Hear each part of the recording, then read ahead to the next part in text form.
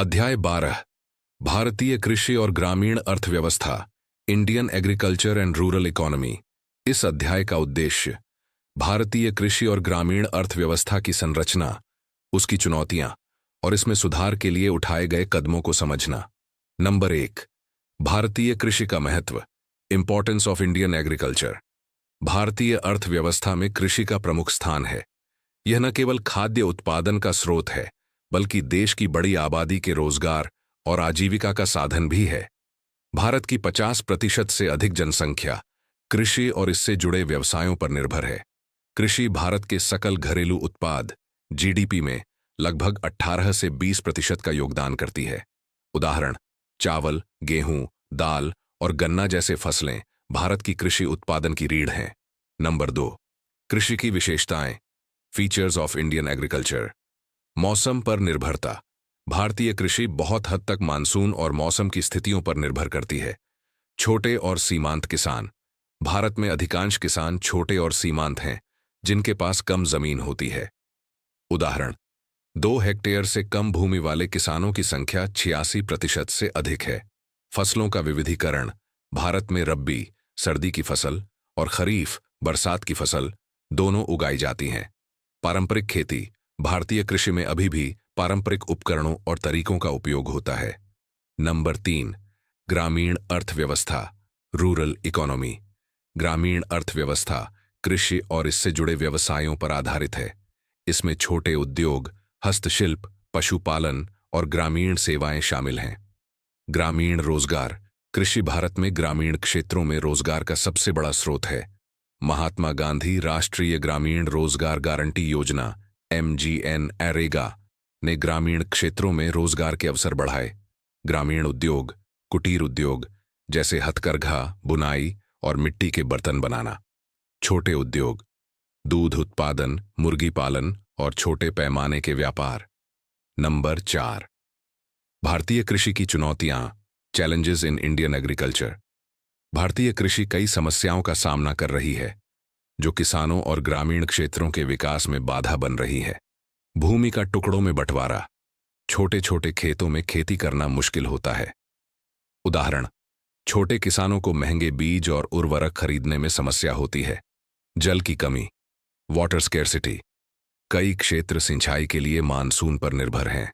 उदाहरण, बुंदेलखंड जैसे क्षेत्र सूखे के कारण कृषि में पिछड़े हुए हैं। मौसम और जलवायु परिवर्तन।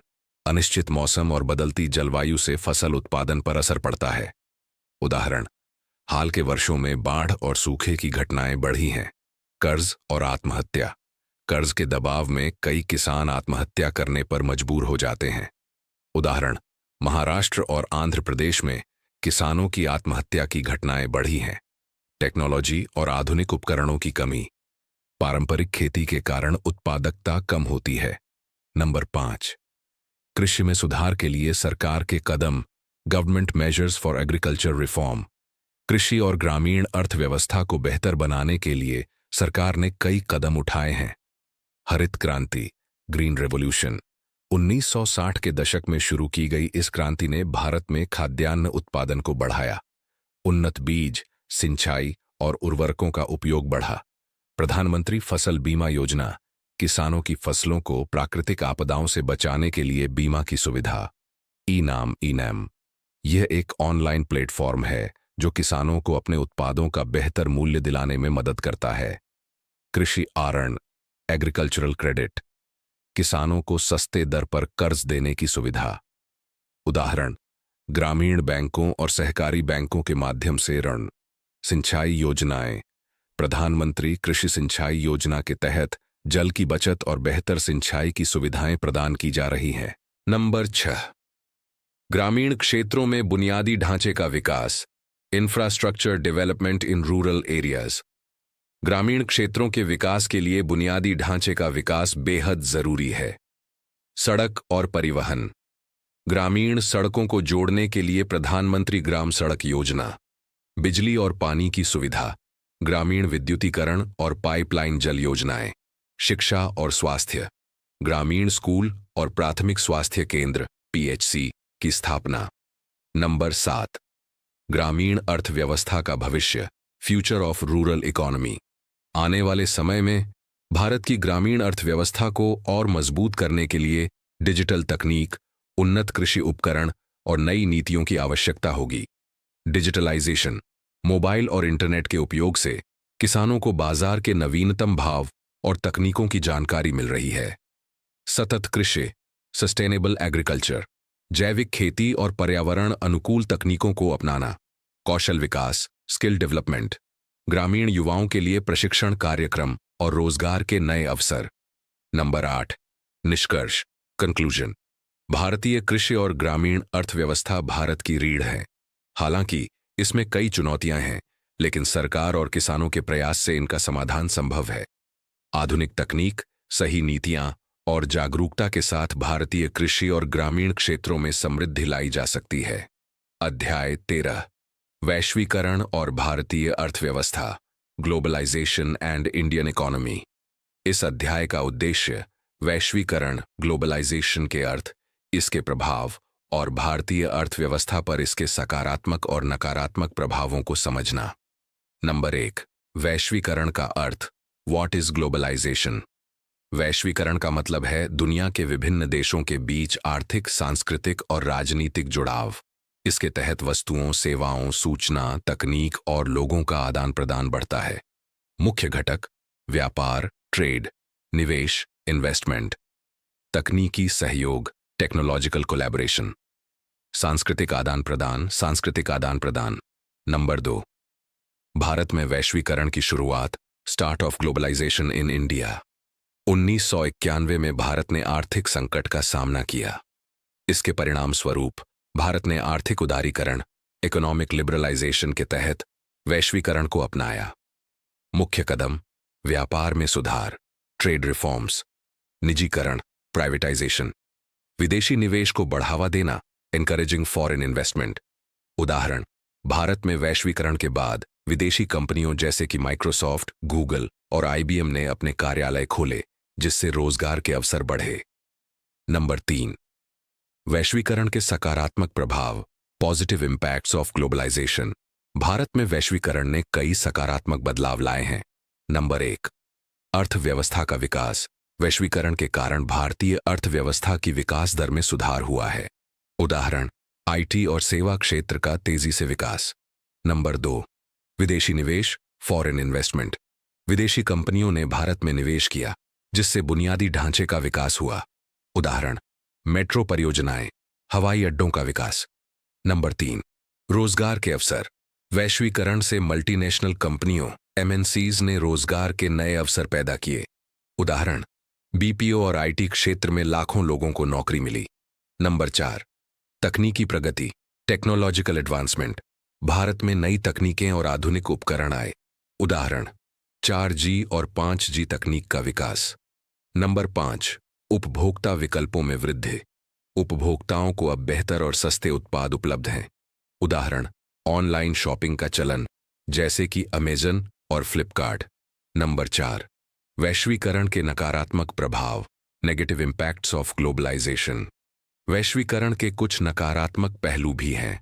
नंबर 1, स्थानीय उद्योगों पर प्रभाव। विदेशी कंपनियों की प्रतिस्पर्धा के कारण छोटे और पारंपरिक उद्योगों को नुकसान हुआ। उदाहरण: चीनी उत्पादों ने भारतीय खिलौना उद्योग को कमजोर किया। नंबर 2, आर्थिक असमानता। आर्थिक लाभ कुछ क्षेत्रों तक सीमित रह गया, जिससे ग्रामीण और शहरी क्षेत्रों के बीच असमानता बढ़ी। नंबर 3, संस्कृति पर प्रभाव। भारतीय संस्कृति पर विदेशी संस्कृति का प्रभाव बढ़ा। उदाहरण: पारंपरिक पहनावे की जगह पश्चिमी पहनावे ने ले ली। नंबर 4, कृषि क्षेत्र को नुकसान।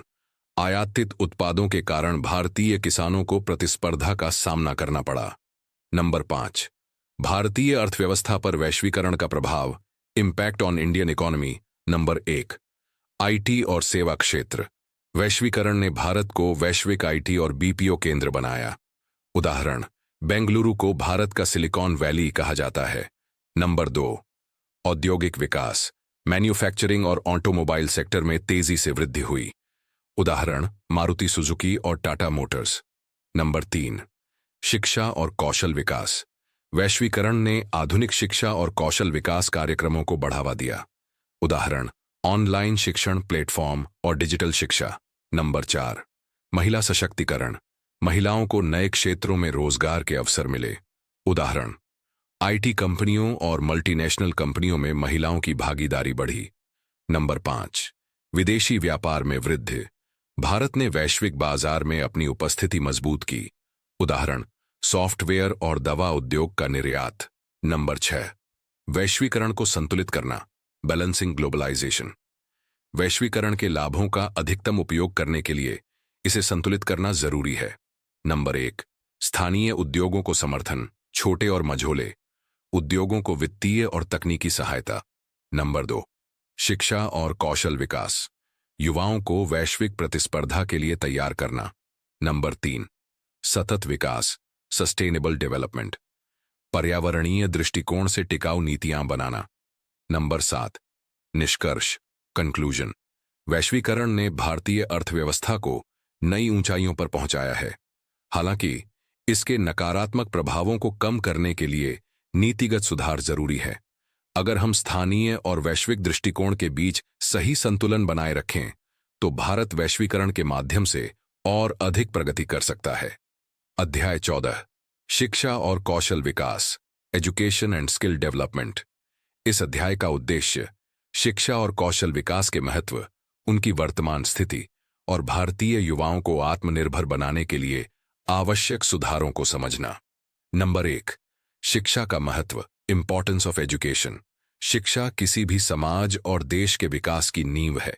यह केवल ज्ञान प्राप्त करने का माध्यम नहीं है, बल्कि यह व्यक्तित्व निर्माण, रोजगार और समाज में बदलाव लाने का साधन है।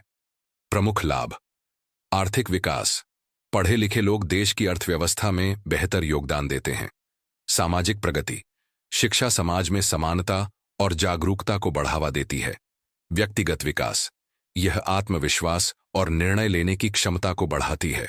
उदाहरण, भारत में आईआईटी और आईआईएम जैसे संस्थानों ने विश्व स्तरीय तकनीकी और प्रबंधन विशेषज्ञ तैयार किए हैं। नंबर 2, भारतीय शिक्षा प्रणाली की स्थिति, state of Indian education system. प्राथमिक शिक्षा, भारत ने पिछले कुछ दशकों में प्राथमिक शिक्षा तक पहुंच बढ़ाई है। उदाहरण, सर्व शिक्षा अभियान, सार्वा शिक्षा अभियान। माध्यमिक और उच्च शिक्षा, भारत में उच्च शिक्षा में सुधार हुआ है, लेकिन अभी भी गुणवत्ता और पहुंच की समस्या बनी हुई है।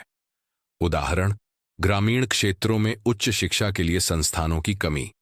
तकनीकी शिक्षा, इंजीनियरिंग, चिकित्सा और प्रबंधन जैसे क्षेत्रों में भारत तेजी से आगे बढ़ रहा है। नंबर 3, कौशल विकास का महत्व, इंपॉर्टेंस ऑफ स्किल डेवलपमेंट। शिक्षा के साथ साथ आज के समय में कौशल स्किल्स होना बेहद जरूरी है। क्या है कौशल विकास? किसी विशेष क्षेत्र में व्यावहारिक ज्ञान और तकनीकी दक्षता विकसित करना।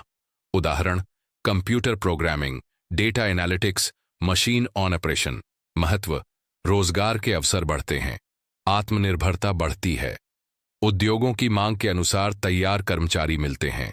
नंबर 4, शिक्षा और कौशल विकास की चुनौतियां, challenges in education and skill development.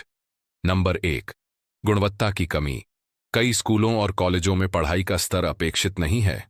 उदाहरण, शिक्षकों की कमी और पुरानी पाठ्यक्रम सामग्री। नंबर 2, बेरोजगारी और कौशल का अंतर, कई लोग पढ़े लिखे हैं लेकिन उद्योगों की मांग के अनुरूप कुशल नहीं हैं। नंबर 3, ग्रामीण क्षेत्रों में पहुंच, शिक्षा और प्रशिक्षण संस्थान अधिकतर शहरी क्षेत्रों में केंद्रित हैं। नंबर 4, लिंग भेदभाव, कई ग्रामीण क्षेत्रों में लड़कियों की शिक्षा को प्राथमिकता नहीं दी जाती। नंबर 5, सरकार के प्रयास, गवर्नमेंट इनिशिएटिव्स, भारत सरकार ने शिक्षा और कौशल विकास में सुधार के लिए कई कदम उठाए हैं। नंबर 1, शिक्षा के लिए कार्यक्रम, राष्ट्रीय शिक्षा नीति 2020, एनआईपी 2020। यह 21वीं सदी के अनुसार शिक्षा प्रणाली में सुधार का एक व्यापक खाका है। लक्ष्य, व्यावहारिक शिक्षा और डिजिटल लर्निंग। सर्व शिक्षा अभियान, बच्चों को प्राथमिक शिक्षा तक पहुंचाने के लिए। मिड डे मील योजना, स्कूल में बच्चों की उपस्थिति बढ़ाने और पोषण में सुधार के लिए। नंबर 2, कौशल विकास के लिए कार्यक्रम, प्रधानमंत्री कौशल विकास योजना, PMKYY। यह युवाओं को रोजगारोन्मुख प्रशिक्षण प्रदान करने का एक प्रमुख कार्यक्रम है। उदाहरण: कंप्यूटर कोर्स, ड्राइविंग और मैकेनिक ट्रेनिंग। स्टार्टअप इंडिया, उद्यमियों को प्रोत्साहन देने और स्टार्टअप शुरू करने के लिए। डिजिटल इंडिया, डिजिटल शिक्षा और इंटरनेट के माध्यम से कौशल विकास। नंबर 6, शिक्षा और कौशल विकास को मजबूत करने के उपाय, steps to strengthen education and skill development. Number 1, गुणवत्ता सुधार। शिक्षकों को आधुनिक प्रशिक्षण और उपकरण दिए जाए। पाठ्यक्रम को व्यावहारिक और उद्योगों की मांग के अनुसार बदला जाए। नंबर 2, तकनीकी शिक्षा का विस्तार। तकनीकी शिक्षा को प्राथमिक स्तर से ही शुरू किया जाए। उदाहरण: कोडिंग और आर्टिफिशियल इंटेलिजेंस जैसी तकनीकों को स्कूल पाठ्यक्रम में जोड़ा जाए। नंबर 3, सस्ती और सुलभ शिक्षा। शिक्षा का खर्च कम किया जाए और दूर दराज के इलाकों में स्कूल खोले जाए। नंबर 4, महिला शिक्षा को बढ़ावा। लड़कियों के लिए विशेष छात्रवृत्ति और सुरक्षा व्यवस्था। नंबर 5, उद्योगों के साथ साझेदारी। कौशल प्रशिक्षण को उद्योगों के साथ जोड़कर व्यावहारिक अनुभव दिलाया जाए। नंबर 7, निष्कर्ष। शिक्षा और कौशल विकास भारत के युवाओं को आत्मनिर्भर बनाने और देश को एक विकसित अर्थव्यवस्था में बदलने की कुंजी है। अगर सरकार, समाज और निजी क्षेत्र मिलकर इन क्षेत्रों में सुधार करें तो भारत की जनसंख्या उसकी सबसे बड़ी संपत्ति बन सकती है। अध्याय 15, स्वास्थ्य और कल्याण, हेल्थ एंड वेलनेस। इस अध्याय का उद्देश्य भारत में स्वास्थ्य सेवाओं की स्थिति, चुनौतियां और एक स्वस्थ समाज बनाने के लिए किए गए प्रयासों को समझना। नंबर 1, स्वास्थ्य का महत्व, इंपॉर्टेंस ऑफ हेल्थ।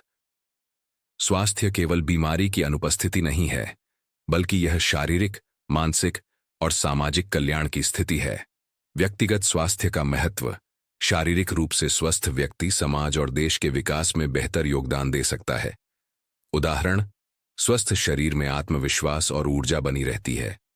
सामाजिक स्वास्थ्य का महत्व: यदि समाज में हर व्यक्ति स्वस्थ होगा तो उत्पादकता और खुशहाली बढ़ेगी। कहावत, स्वास्थ्य ही धन है। नंबर 2, भारत में स्वास्थ्य सेवाओं की स्थिति, state of health care in India.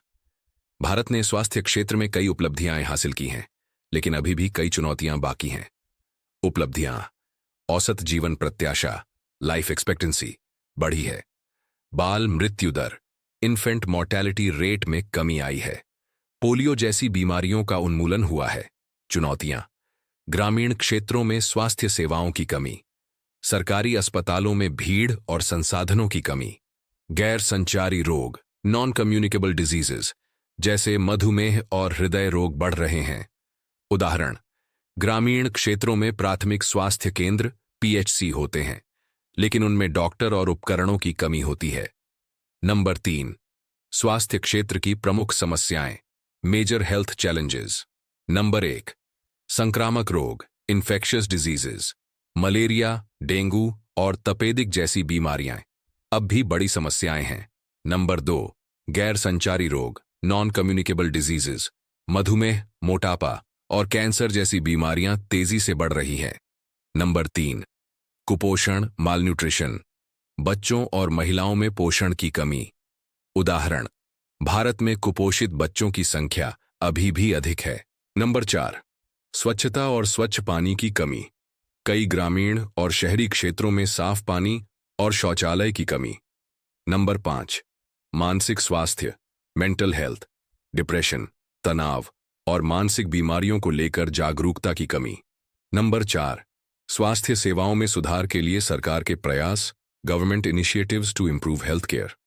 Number 1, Ayushman Bharat Yojana. यह दुनिया की सबसे बड़ी स्वास्थ्य बीमा योजना है। 5 लाख रुपए तक का मुफ्त इलाज गरीब परिवारों को दिया जाता है। नंबर 2, स्वच्छ भारत अभियान। स्वच्छता और शौचालय निर्माण पर जोर। उदाहरण: खुले में शौच को कम करने में सफलता। नंबर 3, मिशन इंद्रधनुष। बच्चों और गर्भवती महिलाओं को टीकाकरण देने का कार्यक्रम। नंबर 4, राष्ट्रीय स्वास्थ्य मिशन, नेशनल हेल्थ मिशन। ग्रामीण और शहरी क्षेत्रों में स्वास्थ्य सेवाओं का विस्तार। नंबर 5, मानसिक स्वास्थ्य के लिए राष्ट्रीय योजना। मानसिक स्वास्थ्य सेवाओं को प्राथमिकता देना। उदाहरण: परामर्श केंद्रों की स्थापना। नंबर 5, स्वास्थ्य को बेहतर बनाने के लिए सुझाव, suggestions to improve health. Number 1, स्वास्थ्य सेवाओं का विस्तार, ग्रामीण क्षेत्रों में अधिक अस्पताल और प्राथमिक स्वास्थ्य केंद्र बनाए जाए। नंबर 2, डिजिटल स्वास्थ्य, डिजिटल हेल्थ, टेलीमेडिसिन और ऑनलाइन परामर्श को बढ़ावा। उदाहरण, कोरोना महामारी के दौरान टेलीमेडिसिन की लोकप्रियता बढ़ी। नंबर 3, पोषण सुधार, आंगनवाड़ी और स्कूलों में पोषण योजनाएं लागू करना। उदाहरण, मिड डे मील योजना।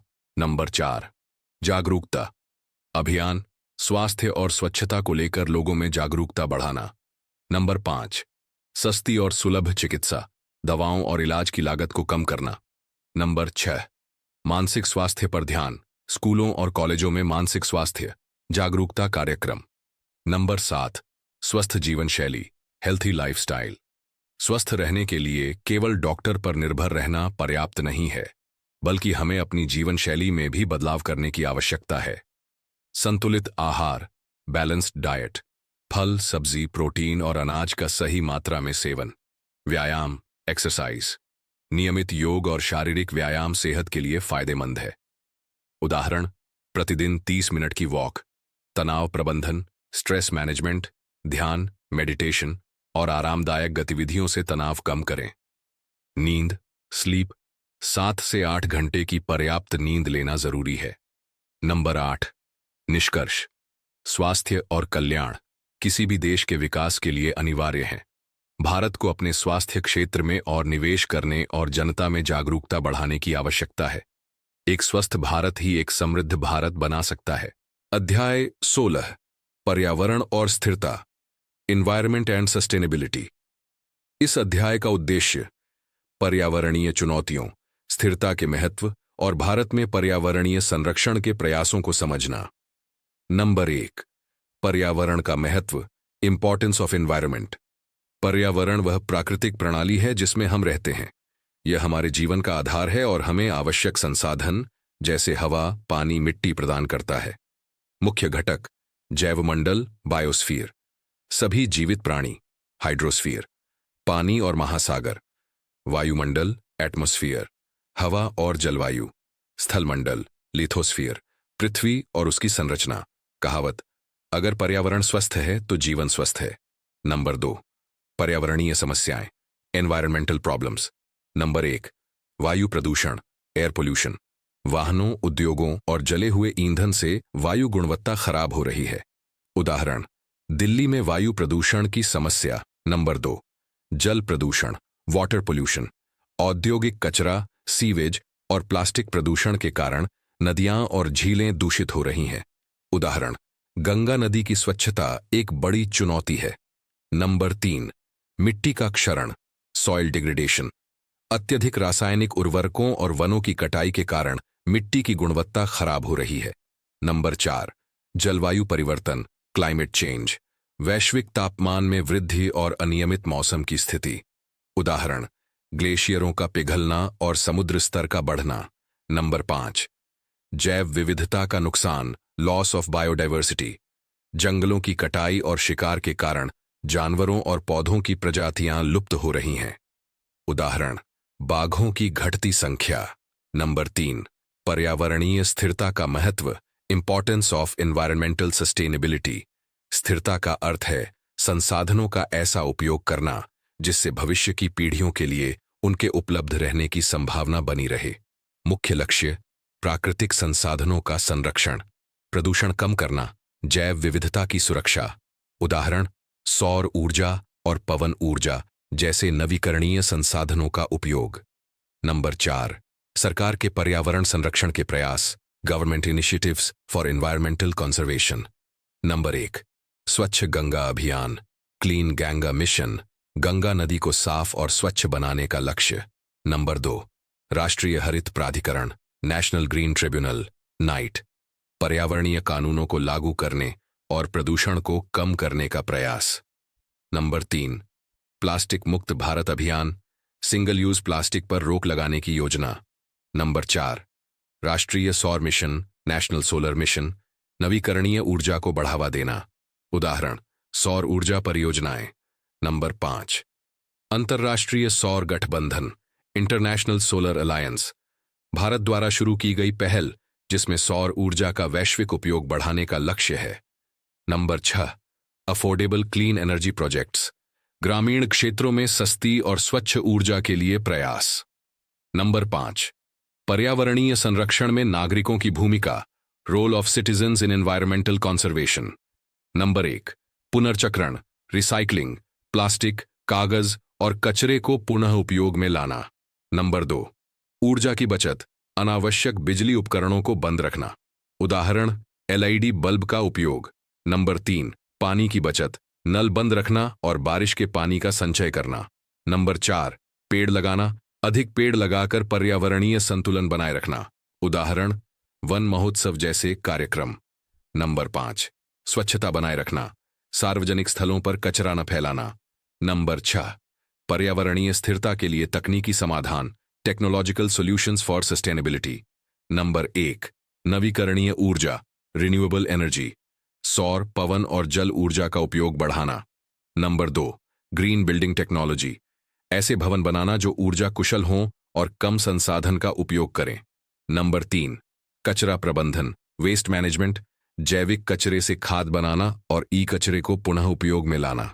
नंबर 4, स्मार्ट कृषि, स्मार्ट एग्रीकल्चर, ड्रिप सिंचाई और जैविक खेती जैसे टिकाऊ तरीकों का उपयोग।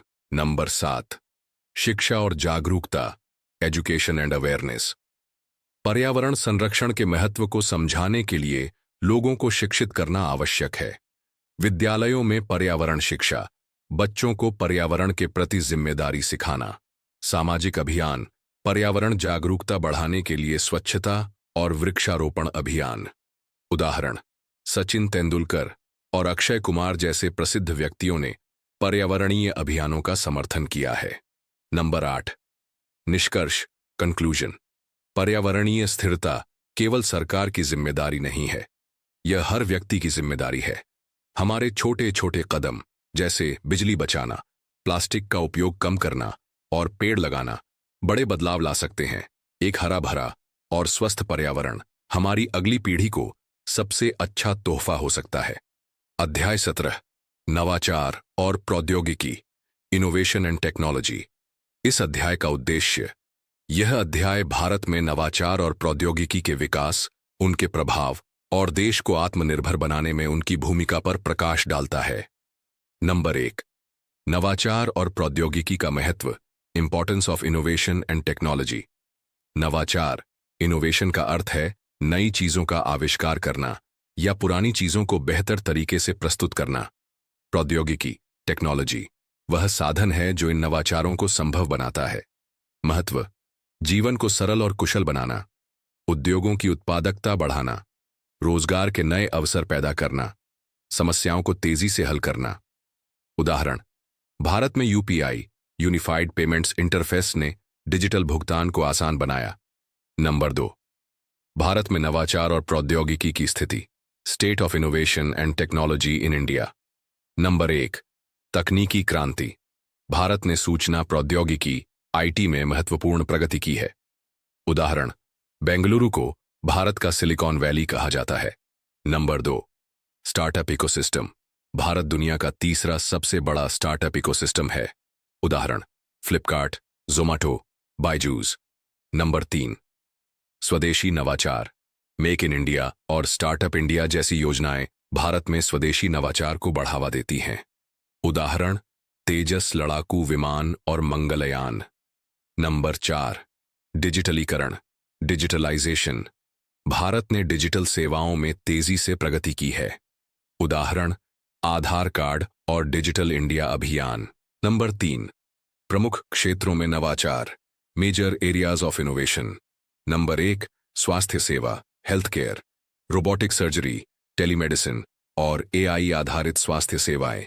उदाहरण, अपोलो अस्पताल में रोबोटिक सर्जरी तकनीक। नंबर 2, कृषि, एग्रीकल्चर, स्मार्ट कृषि, ड्रोन तकनीक और उन्नत बीज तकनीक। उदाहरण, किसान ड्रोन योजना। नंबर 3, शिक्षा, एजुकेशन, ई लर्निंग प्लेटफॉर्म और वर्चुअल क्लासरूम। उदाहरण, बायजूस और अनअकैडमी।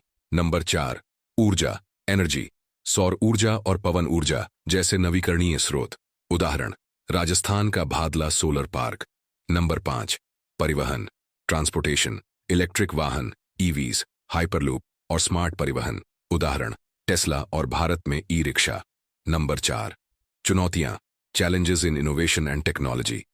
नंबर 1, शिक्षा और कौशल की कमी, नवाचार और तकनीक में माहिर लोगों की संख्या कम है। नंबर 2, फंडिंग की समस्या, स्टार्टअप और रिसर्च प्रोजेक्ट्स के लिए पर्याप्त फंडिंग नहीं है। नंबर 3, इंफ्रास्ट्रक्चर की कमी, ग्रामीण क्षेत्रों में इंटरनेट और तकनीकी सेवाओं की कमी। चौथी, नैतिक और सामाजिक चुनौतियां, एआई और ऑटोमेशन के कारण नौकरियों का संकट। नंबर 5, साइबर सुरक्षा, डेटा चोरी और ऑनलाइन धोखाधड़ी की घटनाएं। नंबर 5, सरकार की पहल, government initiatives. Number 1, make in India, Bharat में निर्माण और उत्पादन को बढ़ावा देना। नंबर 2, डिजिटल इंडिया, डिजिटल सेवाओं को गांव-गांव तक पहुंचाना। नंबर 3, स्टार्टअप इंडिया, नए स्टार्टअप्स को वित्तीय और कानूनी सहायता।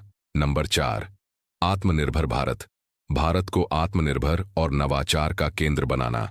नंबर 5, स्पेस टेक्नोलॉजी, आईएसआरओ ने अंतरिक्ष अनुसंधान और उपग्रह प्रौद्योगिकी में भारत को अग्रणी बनाया, उदाहरण चंद्रयान और मंगलयान मिशन। नंबर 6, उदाहरण भारत के कुछ प्रमुख नवाचार, examples of major innovations in India. Number 1, Aadhaar, दुनिया की सबसे बड़ी बायोमेट्रिक पहचान प्रणाली।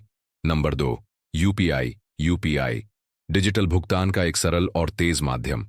नंबर 3, आर्टिफिशियल इंटेलिजेंस, एआई, स्वास्थ्य, कृषि और ई कॉमर्स में एआई का उपयोग। नंबर 4, स्पेस टेक्नोलॉजी, भारत का चंद्रयान 3 और आगामी Gaganyaan mission. Number 5, green energy, solar और पवन ऊर्जा परियोजनाएं।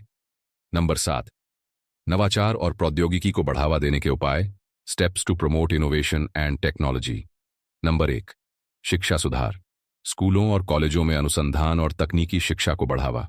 नंबर 2, फंडिंग और निवेश, स्टार्टअप्स और रिसर्च प्रोजेक्ट्स के लिए वित्तीय सहायता। Number 3, infrastructure, high speed internet और तकनीकी केंद्रों का विस्तार। नंबर 4, नवाचार की संस्कृति, छात्रों और युवाओं को इनोवेशन के लिए प्रेरित करना, उदाहरण हैकाथॉन और इनोवेशन चैलेंज। नंबर 5, साइबर सुरक्षा, डेटा सुरक्षा और गोपनीयता सुनिश्चित करना। नंबर 8, निष्कर्ष, कंक्लूजन, नवाचार और प्रौद्योगिकी किसी भी देश की प्रगति के लिए महत्वपूर्ण स्तंभ है। भारत को एक वैश्विक तकनीकी शक्ति बनने के लिए शिक्षा, शोध और नवाचार में और अधिक निवेश करने की आवश्यकता है। नवाचार और प्रौद्योगिकी हमें भविष्य का निर्माण करने की शक्ति देते हैं। अध्याय 18, बुनियादी ढांचा और शहरीकरण, इंफ्रास्ट्रक्चर एंड अर्बनाइजेशन। इस अध्याय का उद्देश्य, यह अध्याय बुनियादी ढांचे के महत्व, शहरीकरण की प्रक्रिया, भारत में इसकी स्थिति और इससे संबंधित चुनौतियों व समाधान को समझाने पर केंद्रित है। नंबर 1, बुनियादी ढांचे का महत्व, इंपॉर्टेंस ऑफ इंफ्रास्ट्रक्चर। बुनियादी ढांचा, इंफ्रास्ट्रक्चर, किसी भी देश की प्रगति और विकास की रीढ़ है। यह उन सेवाओं और संरचनाओं का समूह है जो समाज और अर्थव्यवस्था के सुचारू रूप से चलने के लिए आवश्यक हैं। मुख्य प्रकार। नंबर 1, परिवहन, ट्रांसपोर्ट, सड़कें, रेल, हवाई अड्डे और बंदरगाह, उदाहरण राष्ट्रीय राजमार्ग और बुलेट ट्रेन परियोजनाएं। नंबर 2, ऊर्जा, एनर्जी, बिजली उत्पादन, वितरण और नवीकरणीय ऊर्जा, उदाहरण सौर ऊर्जा परियोजनाएं। नंबर 3, पानी और स्वच्छता, वाटर एंड सैनिटेशन, साफ पानी की उपलब्धता और सीवेज प्रबंधन, उदाहरण जल जीवन मिशन। नंबर 4, संचार, कम्युनिकेशन, इंटरनेट, मोबाइल नेटवर्क और डिजिटल सेवाएं, उदाहरण 5G नेटवर्क। नंबर 5, शिक्षा और स्वास्थ्य, education and health, school, college, अस्पताल और स्वास्थ्य सेवाएं। महत्व, आर्थिक विकास को तेज करना, रोजगार के अवसर पैदा करना, जीवन की गुणवत्ता में सुधार। नंबर 2, शहरीकरण और इसकी प्रक्रिया, अर्बनाइजेशन एंड इट्स प्रोसेस। शहरीकरण का अर्थ गांवों से शहरों की ओर बढ़ने की प्रक्रिया, जहां लोग बेहतर जीवन स्तर, रोजगार और सुविधाओं की तलाश में पलायन करते हैं। भारत में शहरीकरण की स्थिति, भारत की शहरी आबादी तेजी से बढ़ रही है। आंकड़े, 2021 में भारत की शहरी आबादी कुल जनसंख्या का लगभग 35% थी। प्रमुख कारण, नंबर 1, रोजगार के अवसर, उद्योगों और सेवा क्षेत्रों में नौकरियां। नंबर 2, बेहतर शिक्षा और स्वास्थ्य सुविधाएं, ग्रामीण क्षेत्रों के मुकाबले शहरों में अधिक विकल्प। नंबर 3, संपर्क और संचार, बेहतर सड़कों, रेल और इंटरनेट सेवाओं की उपलब्धता। नंबर 4, सरकारी योजनाएं, स्मार्ट सिटी मिशन और अन्य शहरी विकास परियोजनाएं। नंबर 3, शहरीकरण की चुनौतियां, चैलेंजेस ऑफ अर्बनाइजेशन। नंबर 1, झुग्गी झोपड़ी और अनियमित बस्तियां, स्लम्स, तेजी से बढ़ती आबादी के कारण आवास की कमी, उदाहरण मुंबई के धारावी क्षेत्र। नंबर 2, परिवहन की समस्या, ट्रैफिक जाम और सार्वजनिक परिवहन की कमी, उदाहरण दिल्ली और बेंगलुरु का भारी ट्रैफिक। नंबर 3, प्रदूषण, पोल्यूशन, वायु, जल और ध्वनि प्रदूषण, उदाहरण वायु गुणवत्ता में दिल्ली की खराब स्थिति। नंबर 4, बुनियादी सेवाओं की कमी, साफ पानी, बिजली और स्वच्छता का अभाव। नंबर 5, आवास की समस्या, सस्ते और अच्छे आवास की कमी। नंबर 6, असमान विकास, शहरों में अमीर गरीब के बीच बढ़ती खाई। नंबर 4, सरकार के प्रयास, government initiatives. Number 1, smart city mission, 100 शहरों को आधुनिक बुनियादी ढांचे से लैस करना। Number 2, Atal mission for rejuvenation and urban transformation AMRUT, शहरी क्षेत्रों में जल, सीवेज और परिवहन सेवाओं को सुधारना। नंबर 3, प्रधानमंत्री आवास योजना PMAY, शहरी गरीबों को किफायती आवास उपलब्ध कराना। नंबर 4, मेट्रो रेल परियोजनाएं, बड़े शहरों में मेट्रो नेटवर्क का विस्तार। नंबर 5, डिजिटल इंडिया, शहरी क्षेत्रों में डिजिटल सेवाओं का विस्तार। नंबर 6, हरित ऊर्जा और स्वच्छ भारत मिशन, ऊर्जा में आत्मनिर्भरता और स्वच्छता को बढ़ावा। नंबर 5, समाधान और उपाय, सॉल्यूशंस एंड मेजर्स। नंबर 1, समान विकास, ग्रामीण क्षेत्रों में भी रोजगार और सुविधाएं विकसित करना ताकि शहरी पलायन कम हो। नंबर 2, सस्टेनेबल प्लानिंग, पर्यावरण को ध्यान में रखकर शहरी विकास, उदाहरण हरित भवन और सौर ऊर्जा। 5वां, परिवहन सुधार, सार्वजनिक परिवहन को मजबूत बनाना, उदाहरण इलेक्ट्रिक बसें और चार्जिंग स्टेशन। नंबर 6, कम लागत वाले आवास, झुग्गी झोपड़ियों की जगह बेहतर आवास परियोजनाएं। नंबर 7, डिजिटल शहरी प्रबंधन, स्मार्ट सिटी प्रबंधन के लिए तकनीक का उपयोग, उदाहरण ट्रैफिक और कचरा प्रबंधन के लिए AI। नंबर 6, जागरूकता और शिक्षा, लोगों को स्वच्छता, पर्यावरण और शहरी जीवन शैली के प्रति जागरूक करना। नंबर 6, भारत में प्रमुख बुनियादी ढांचा परियोजनाएं, major infrastructure projects in India. Number 1, Delhi Mumbai industrial corridor DMIC, एक बड़ा औद्योगिक गलियारा। नंबर 2, भारतमाला परियोजना, भारत के सड़कों और राजमार्गों का विस्तार। नंबर 3, सागरमाला परियोजना, बंदरगाहों और जलमार्गों का विकास। नंबर 4, बुलेट ट्रेन परियोजना, मुंबई अहमदाबाद रूट पर high speed train. Number 5, Ujjwala योजना, ग्रामीण परिवारों को LPG गैस कनेक्शन प्रदान करना। नंबर 7, निष्कर्ष, कंक्लूजन, बुनियादी ढांचे का विकास और शहरीकरण भारत की आर्थिक वृद्धि के लिए अनिवार्य हैं। हालांकि इनसे जुड़ी चुनौतियों को हल करना भी उतना ही आवश्यक है। संतुलित और स्थायी विकास से ही शहरीकरण की चुनौतियों का समाधान किया जा सकता है।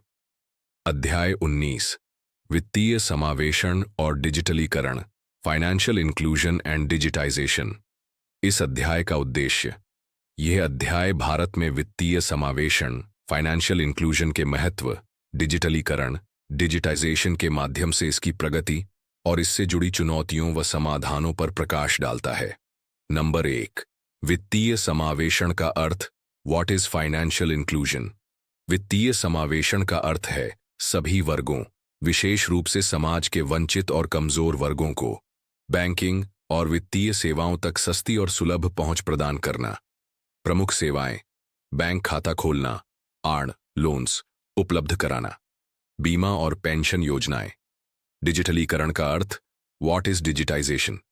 डिजिटलीकरण का अर्थ है आर्थिक और सामाजिक गतिविधियों में तकनीक और डिजिटल उपकरणों का उपयोग। डिजिटलीकरण के मुख्य पहलू, 1, डिजिटल भुगतान, digital payments, UPI, mobile wallet और इंटरनेट बैंकिंग, उदाहरण Google Pay, PhonePe, Paytm. 2, e-governance, सरकारी सेवाओं को ऑनलाइन उपलब्ध कराना, उदाहरण आधार, डिजिटल लॉकर। 3, डिजिटल शिक्षा, डिजिटल एजुकेशन, ऑनलाइन क्लास और ई लर्निंग प्लेटफॉर्म। उदाहरण दीक्षा ऐप। 4 क्लाउड और डेटा स्टोरेज, डेटा को क्लाउड में स्टोर करना। उदाहरण डिजिलॉकर। 3 वित्तीय समावेशन और डिजिटलीकरण की प्रगति, progress in financial inclusion and digitisation.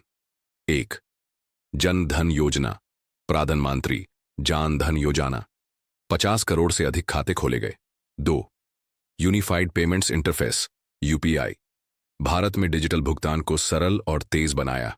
आंकड़े 2023 में यूपीआई लेन देन का मूल्य 1 लाख करोड़ के पार पहुंच गया। 3 डिजिटल इंडिया अभियान, हर गांव और शहर तक इंटरनेट और डिजिटल सेवाओं को पहुंचाना। 4 डायरेक्ट बेनिफिट ट्रांसफर डीबीटी, सरकारी सब्सिडी और लाभ सीधे बैंक खातों में ट्रांसफर करना। 5 आधार आधारित सेवाएं, आधार के माध्यम से पहचान सत्यापन और बैंक खाता खोलना। 6 मोबाइल और इंटरनेट विस्तार, भारत में 800 मिलियन से अधिक इंटरनेट उपयोगकर्ता। 4 डिजिटलीकरण के फायदे, एडवांटेजेस ऑफ डिजिटाइजेशन। पहली पारदर्शिता ट्रांसपेरेंसी, भ्रष्टाचार में कमी और वित्तीय लेन देन का रिकॉर्ड। दूसरी सुलभता एक्सेसिबिलिटी, बैंकिंग और सरकारी सेवाओं तक आसान पहुंच। तीसरी समय और लागत की बचत, डिजिटल भुगतान और ऑनलाइन सेवाएं समय और पैसे बचाती हैं। 4 लघु उद्यमों को समर्थन, support for small businesses, digital भुगतान से छोटे व्यापारों को फायदा। 5 शिक्षा और स्वास्थ्य, ग्रामीण क्षेत्रों में भी ऑनलाइन शिक्षा और टेलीमेडिसिन। उदाहरण डिजिटलीकरण ने कोविड-19 के समय जीवन को सरल बनाया। 5 चुनौतियां, challenges in financial inclusion and digitisation. 8 digital साक्षरता की कमी, लैक ऑफ डिजिटल लिटरेसी, ग्रामीण और वंचित वर्गों में डिजिटल तकनीक का ज्ञान कम है। 2 इंटरनेट और उपकरणों की कमी, दूरदराज के क्षेत्रों में इंटरनेट कनेक्टिविटी और स्मार्टफोन की पहुंच सीमित है। 6 साइबर सुरक्षा साइबर सिक्योरिटी, डिजिटल धोखाधड़ी और डेटा चोरी की घटनाएं। 7 भाषा और सांस्कृतिक बाधाएं, अधिकांश डिजिटल सेवाएं केवल अंग्रेजी में उपलब्ध हैं। 8 डिजिटल डिवाइड, समाज के अमीर और गरीब वर्गों के बीच तकनीक की पहुंच में असमानता। 9 सरकार की पहल गवर्नमेंट इनिशिएटिव्स। 1 डिजिटल इंडिया, देश भर में डिजिटलीकरण को बढ़ावा देना। 2 भारत नेट परियोजना, गांवों को ब्रॉडबैंड इंटरनेट से जोड़ना। 3 आधार योजना, डिजिटल पहचान और सेवाओं को आधार से जोड़ना। 4 यूपीआई और बीएचआईएम ऐप, डिजिटल भुगतान को सरल और सुलभ बनाना।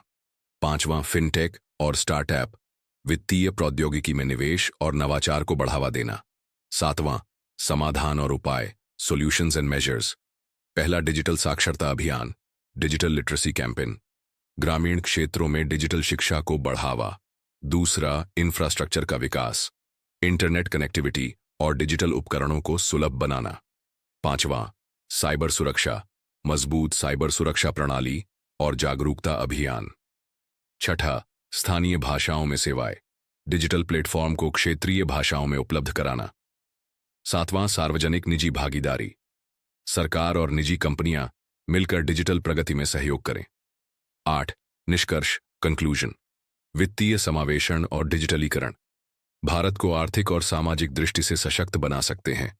हालांकि इसके लिए डिजिटल शिक्षा, मजबूत इंफ्रास्ट्रक्चर और सुरक्षा उपायों की आवश्यकता है। डिजिटलीकरण केवल तकनीकी बदलाव नहीं, बल्कि सामाजिक सशक्तिकरण का एक माध्यम है। अध्याय 20 हरित विकास और जलवायु परिवर्तन, ग्रीन ग्रोथ और क्लाइमेट चेंज।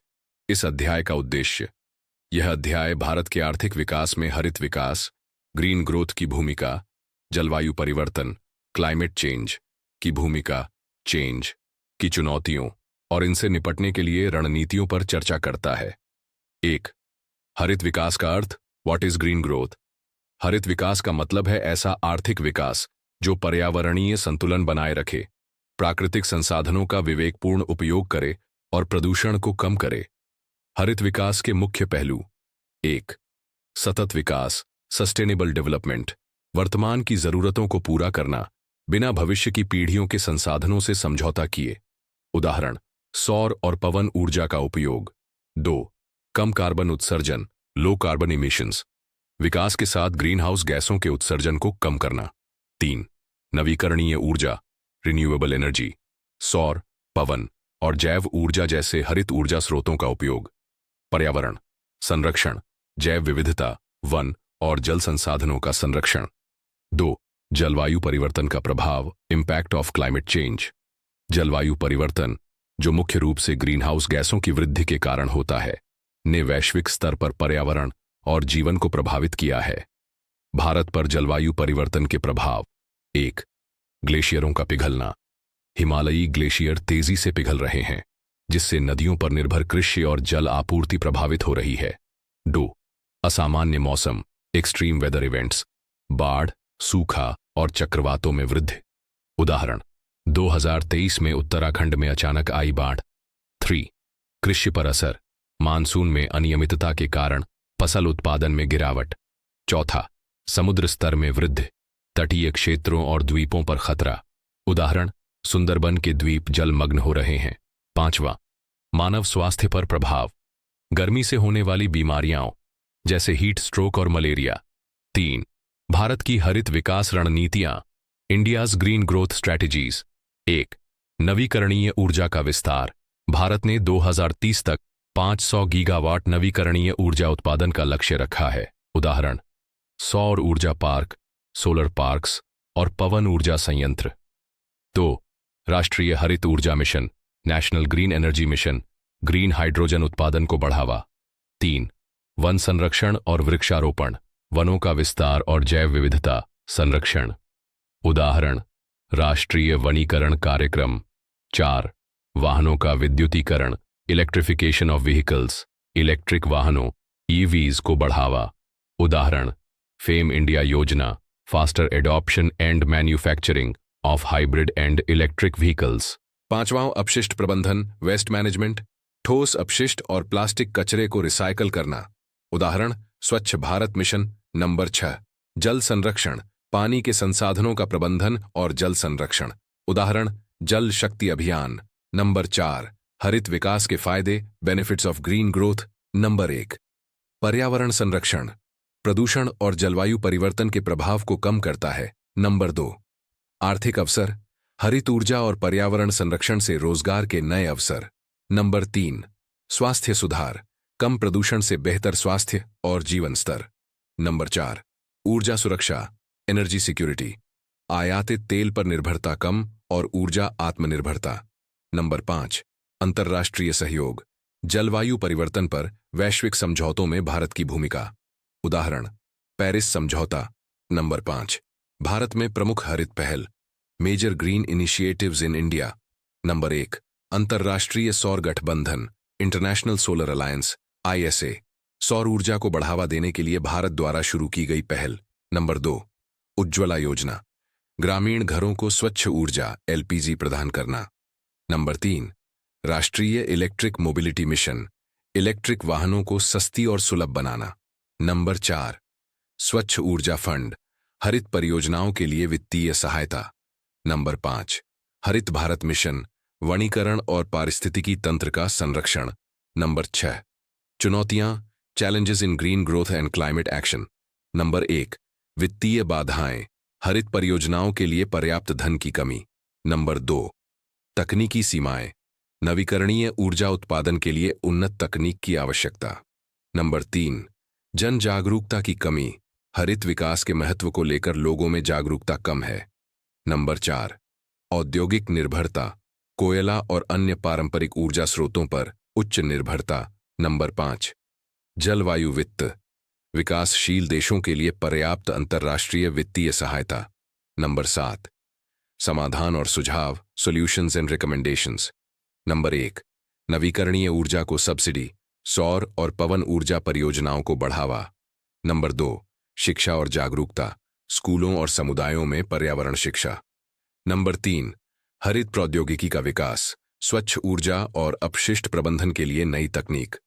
नंबर 4. सार्वजनिक निजी भागीदारी, सरकार और निजी कंपनियां मिलकर हरित परियोजनाओं को वित्तीय और तकनीकी सहायता दें। नंबर 5. वैश्विक सहयोग, जलवायु परिवर्तन से निपटने के लिए अंतर्राष्ट्रीय सहयोग। नंबर 8. निष्कर्ष, कंक्लूजन, हरित विकास भारत के भविष्य के लिए अनिवार्य है। जलवायु परिवर्तन की चुनौतियों का समाधान केवल तभी संभव है जब आर्थिक विकास पर्यावरणीय संतुलन के साथ हो। हरित विकास न केवल पर्यावरण की रक्षा करता है, बल्कि यह भविष्य के लिए एक बेहतर और टिकाऊ भारत का निर्माण करता है। अध्याय 21 शिक्षा और कौशल विकास, एजुकेशन एंड स्किल डेवलपमेंट। इस अध्याय का उद्देश्य। यह अध्याय भारत की शिक्षा व्यवस्था, कौशल विकास के महत्व, चुनौतियां और इनसे जुड़ी सरकारी पहल पर चर्चा करता है। साथ ही यह आधुनिक भारत के विकास में शिक्षा और कौशल विकास की भूमिका को उजागर करता है। नंबर 1, शिक्षा का महत्व, इंपॉर्टेंस ऑफ एजुकेशन। शिक्षा केवल ज्ञान का संचार नहीं, बल्कि एक समाज और देश के विकास की बुनियाद है। शिक्षा के मुख्य उद्देश्य। नंबर 1, व्यक्तिगत विकास, व्यक्तित्व निर्माण और सोचने समझने की क्षमता बढ़ाना। नंबर 2, आर्थिक प्रगति, बेहतर रोजगार के अवसर। उदाहरण, शिक्षित व्यक्ति आमतौर पर अधिक आय अर्जित करते हैं। नंबर 3, सामाजिक सशक्तिकरण, समाज में समानता और समावेशिता को बढ़ावा। नंबर 4, वैश्विक प्रतिस्पर्धा, शिक्षा एक राष्ट्र को वैश्विक मंच पर प्रतिस्पर्धी बनाती है। नंबर 2, कौशल विकास का महत्व, इंपॉर्टेंस ऑफ स्किल डेवलपमेंट। कौशल विकास का मतलब है व्यक्तियों को विशेष कार्यों और उद्योगों में दक्ष बनाना। मुख्य उद्देश्य। नंबर 1, रोजगार सृजन, कौशल प्रशिक्षण बेरोजगारी को कम करता है। उदाहरण, digital marketing, data analytics. Number 2, उद्योग की जरूरतें, आधुनिक उद्योगों की आवश्यकताओं के अनुसार कुशल कार्यबल तैयार करना। नंबर 3, व्यक्तिगत उद्यमिता, कौशल से लोग अपना व्यवसाय शुरू कर सकते हैं। नंबर 4, ग्रामीण क्षेत्रों का विकास, कृषि, हस्तशिल्प और अन्य स्थानीय कौशल को बढ़ावा। नंबर 3, भारत में शिक्षा और कौशल विकास की वर्तमान स्थिति, current scenario in India. Number 1, शिक्षा के क्षेत्र में प्रगति, प्राथमिक शिक्षा, सर्व शिक्षा अभियान के तहत साक्षरता दर में सुधार। उच्च शिक्षा, आईआईटी, आईआईएम और केंद्रीय विश्वविद्यालयों का योगदान। नई शिक्षा नीति 2020, एनईपी 2020, शिक्षा में लचीलापन और व्यावसायिक प्रशिक्षण को बढ़ावा। नंबर 2, कौशल विकास, भारत विश्व का सबसे बड़ा युवा कार्यबल है, लेकिन अधिकांश लोग अपर्याप्त कौशल के कारण बेरोजगार हैं। महत्वपूर्ण पहल, प्रधानमंत्री कौशल विकास योजना, PMKVY, skill India mission. Number 4, शिक्षा और कौशल विकास से संबंधित चुनौतियां, चैलेंजेस। नंबर 1, शिक्षा क्षेत्र की चुनौतियां, गुणवत्ता की कमी, ग्रामीण और सरकारी स्कूलों में शिक्षकों और संसाधनों की कमी, डिजिटल विभाजन, ग्रामीण क्षेत्रों में इंटरनेट और डिजिटल उपकरणों की पहुंच सीमित, महिलाओं की शिक्षा, लिंग भेदभाव और सांस्कृतिक बाधाएं। नंबर 2, कौशल विकास की चुनौतियां, अप्रासंगिक प्रशिक्षण, उद्योगों की आवश्यकताओं के अनुसार कौशल का अभाव, प्रशिक्षकों की कमी, गुणवत्ता वाले प्रशिक्षकों का अभाव, लघु और मध्यम उद्योगों तक सीमित पहुंच। नंबर 5, सरकार की पहल, गवर्नमेंट इनिशिएटिव्स, शिक्षा के लिए। नंबर 1, नई शिक्षा नीति 2020, NEP 2020, व्यावसायिक शिक्षा और कौशल प्रशिक्षण को स्कूली पाठ्यक्रम में शामिल करना। 5+3+3+4 प्रणाली लागू करना। नंबर 2, सर्व शिक्षा अभियान, सर्वा शिक्षा अभियान, प्राथमिक शिक्षा को सभी के लिए सुलभ बनाना। Number 3, mission digital India, digital learning और ऑनलाइन शिक्षा को बढ़ावा। नंबर 4, राष्ट्रीय साक्षरता मिशन, वयस्क साक्षरता को बढ़ाना। कौशल विकास के लिए। नंबर 1, प्रधानमंत्री कौशल विकास योजना, PMKVY, युवाओं को उद्योग आधारित कौशल प्रशिक्षण प्रदान करना।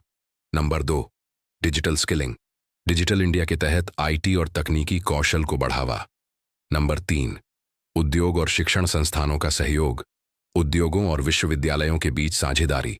नंबर 4, ग्रामीण कौशल विकास, ग्रामीण क्षेत्रों में कृषि और हस्तशिल्प आधारित कौशल। नंबर 6, भविष्य की रणनीतियां, फ्यूचर स्ट्रैटेजीज। नंबर 1, उद्योग शिक्षा, एकीकरण, शिक्षा और कौशल विकास कार्यक्रमों को उद्योगों की जरूरतों के साथ जोड़ना। नंबर 2, डिजिटल शिक्षा, ऑनलाइन और हाइब्रिड लर्निंग प्लेटफॉर्म।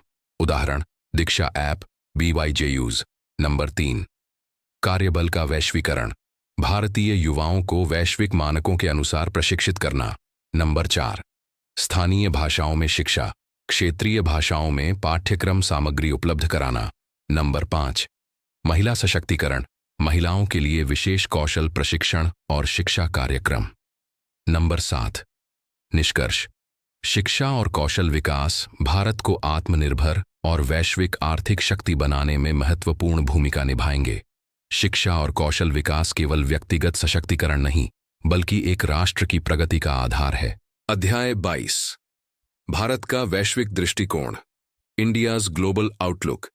इस अध्याय का उद्देश्य, यह अध्याय भारत की विदेश नीति, वैश्विक मंच पर इसकी भूमिका और भविष्य में एक वैश्विक नेता बनने के लिए आवश्यक रणनीतियों पर चर्चा करता है। नंबर 1, वैश्विक मंच पर भारत की स्थिति, India's position on the global stage. ऐतिहासिक परिप्रेक्ष्य। नंबर 1, गुटनिरपेक्ष आंदोलन, नॉन अलाइंड मूवमेंट, NM। शीत युद्ध के दौरान भारत ने तटस्थ नीति अपनाई, विकासशील देशों का नेतृत्व किया। नंबर 2, आर्थिक सुधारों के बाद की स्थिति, 1991 के उदारीकरण के बाद भारत वैश्विक आर्थिक मंच पर तेजी से उभरा, व्यापार और निवेश में वृद्धि। वर्तमान स्थिति, आर्थिक शक्ति, भारत विश्व की 5वीं सबसे बड़ी अर्थव्यवस्था है। रणनीतिक साझेदार, अमेरिका, रूस और यूरोपीय संघ के साथ मजबूत संबंध। वैश्विक नेतृत्व, G20 की अध्यक्षता, अंतर्राष्ट्रीय सौर गठबंधन ISA का नेतृत्व। नंबर 2, भारत की विदेश नीति, इंडियाज फॉरेन पॉलिसी, विदेश नीति के स्तंभ। नंबर 1, शांति और सुरक्षा, पड़ोसी देशों के साथ शांतिपूर्ण संबंध बनाए रखना। उदाहरण सार्क, SARS और शंघाई सहयोग संगठन SCO। नंबर 2, आर्थिक सहयोग, व्यापार और निवेश को बढ़ावा। उदाहरण भारत ASEAN ASEAN व्यापार समझौते।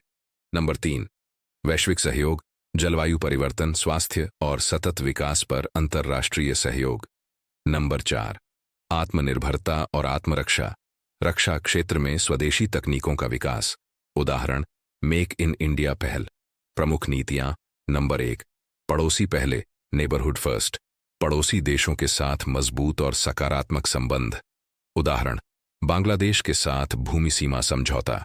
नंबर 2, लुक ईस्ट से एक्ट ईस्ट नीति, दक्षिण पूर्व एशियाई देशों के साथ व्यापार और सांस्कृतिक संबंधों को मजबूत करना।